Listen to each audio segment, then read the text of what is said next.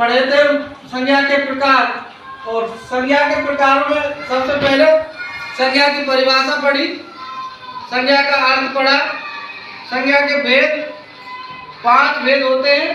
5 प्रकारों में हमने पहला व्यक्तिवाचक, दूसरा क्या था, जातिवाचक, और तीसरा भाववाचक, और आज हम चौथा है हमारा समूहवाचक संज्ञा।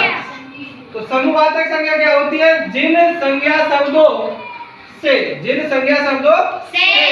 व्यक्ति, वस्तु या स्थान के समूह का बोध होता है।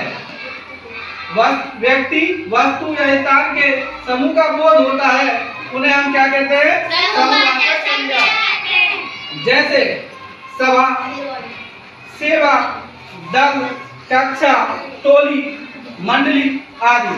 देखो सभा में मानो जैसे कुछ व्यक्ति एक साथ बैठे हो और वो सभा कर रहे हो, तो एक साथ का मतलब होता है किसी भीड़ का, मतलब काफी लोगों का इकट्ठा होना, एक जगह एकत्रित होना, वो सभा।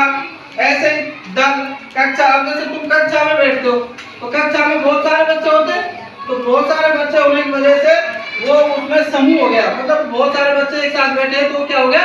समूह हो गया। ऐसे टोली, तो टोली कई बच्चों से मिलकर एक टोली बनती है, वो एक समूह हो गई। मंडली, कई लोगों से मिलकर एक मंडली बनती है, तो वो एक क्या हो गया? समूह। इस वजह से ये सारे शब्द जो है किस संज्ञा में आएंगे? समूहवाचक संज्ञा में। उसके बाद अगला जो प्रकार है हमारा द्रव्यवाचक संज्ञा। तो द्रव्यवाचक संज्ञा की परिभाषा देखो, जिन संज्ञा शब्दों से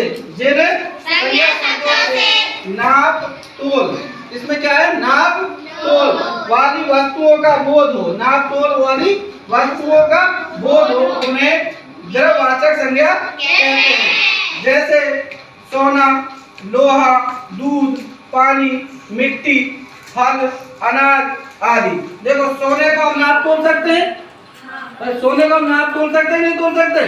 तोल सकते हैं। लोहा को नाप सकते हैं, तोल सकते हैं? तोल सकते हैं।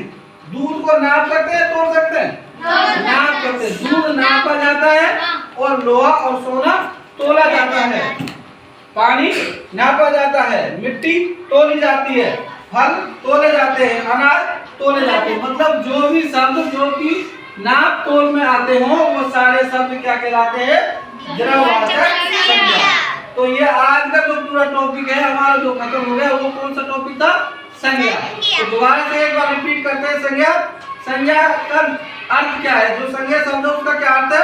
किसी का नाम बताना, किसी का नाम बताना संज्ञा है। संज्ञा की परिभाषा क्या थी? संज्ञा की परिभाषा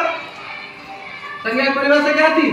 संज्ञा किसी प्राणी, वस्तु या स्थान के नाम को संज्ञा कहते हैं। और फिर उसके बाद हमने पढ़ा संज्ञा के भेद। और संज्ञा के भेद में हमने संज्ञा की कितने प्रकार की होती है? 5 प्रकार की होती है। 5 प्रकार में पहली क्या थी? व्यक्तिवाचक